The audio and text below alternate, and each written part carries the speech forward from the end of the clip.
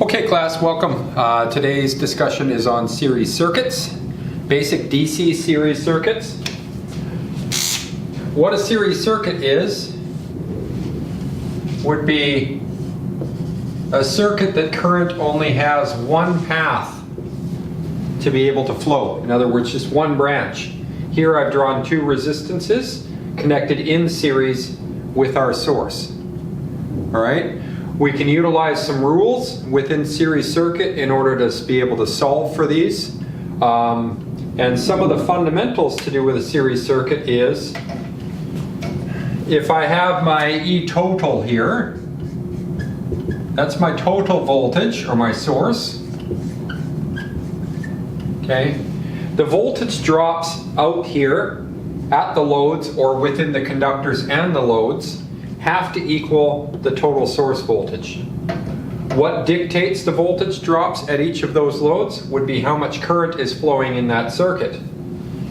If we have current flowing in the circuit, another rule of thumb would be whatever current is leaving the source has to be coming back to the source. It never changes, it can't increase throughout the circuit. Okay, the resistance is what dictates how much current flows based on the connected source that it has. All right. So once again, a series circuit, current only has one path for it to flow. In this case, I've got two resistors connected in series to that one source. I haven't given any values yet. All right. We can look at some rules with this.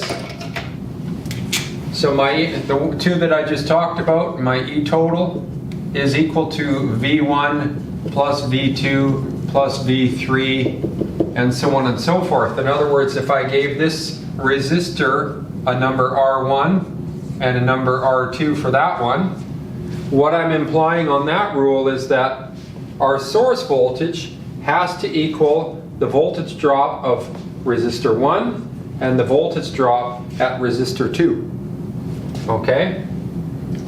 I can label those V1 and V2 there.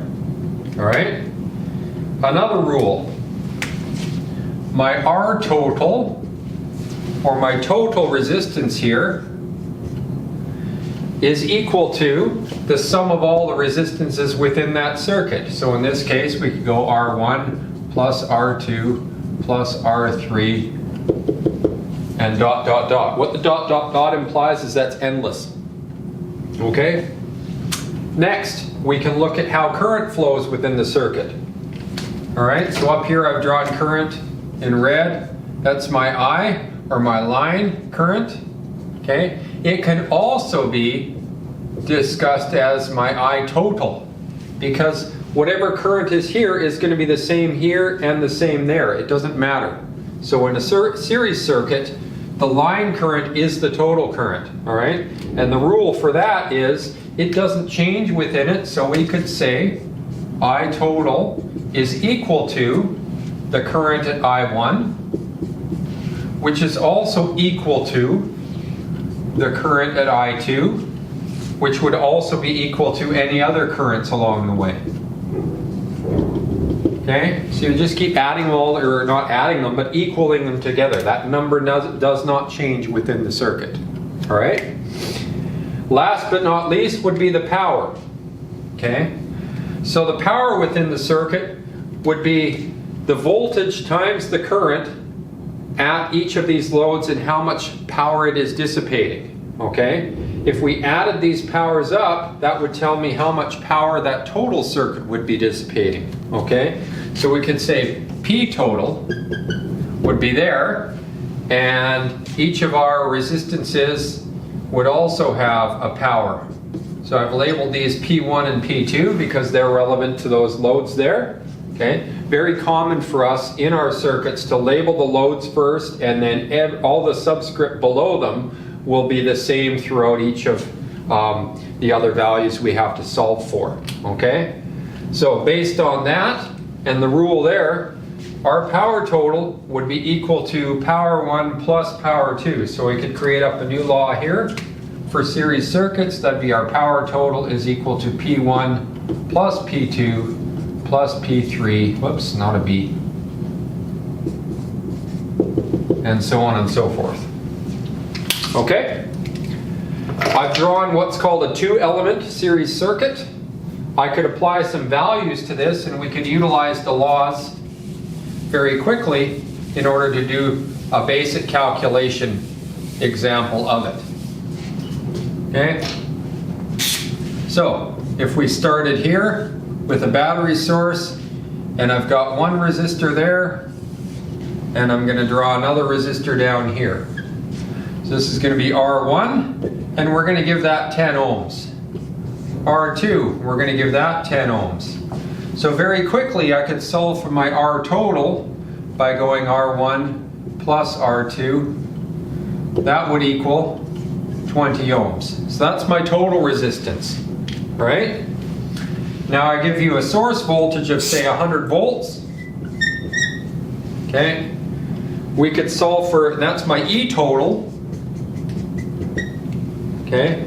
We could solve for our circuit current here based on I is equal to E divided by R, which would be our 100 volts divided by our 20 ohms, because we're taking the total resistance divided into the total voltage source to get our total current.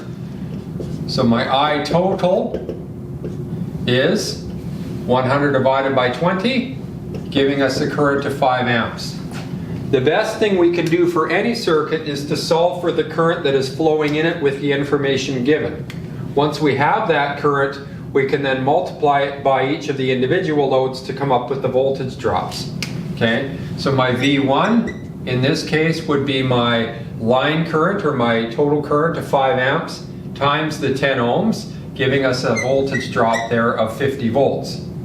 Over here, we could do V2 is going to be the 5 amps once again times 10 ohms, giving us 50 volts. Okay? If we double check our rule here, we would note that the total source voltage is equal to V1 plus V2. So we could say V1 is 50 plus V2 at 50, giving us a total of 100. So that checks out.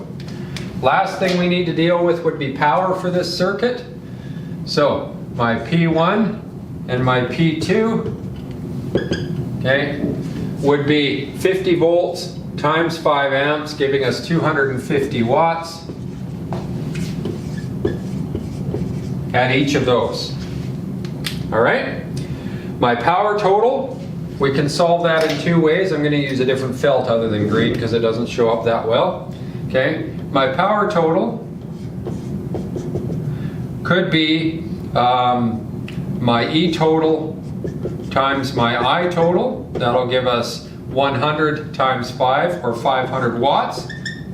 Or we could go P total is equal to P1 plus P2, which is 500 watts again, because 250 plus the 250. Okay? So that's a simple two-element series circuit. Okay? You're going to be working through some different types of questions that are going to give you some values and others are missing, so you have to be able to solve for them. So hopefully over the coming days, a little bit of practice utilizing these rules, we should be able to get through it as a team here and have some better understanding of a basic series circuit. Series circuits would be used, typically you're going to have line resistances coming from your source, and then there could potentially be a load connected in series with all of that, all right? So that would be the fundamental use of a series circuit, a very basic circuit within our electrical concepts, okay? But the best way for us to start to apply Ohm's law and Watt's law in a more realistic manner. All right, so that's today's lesson.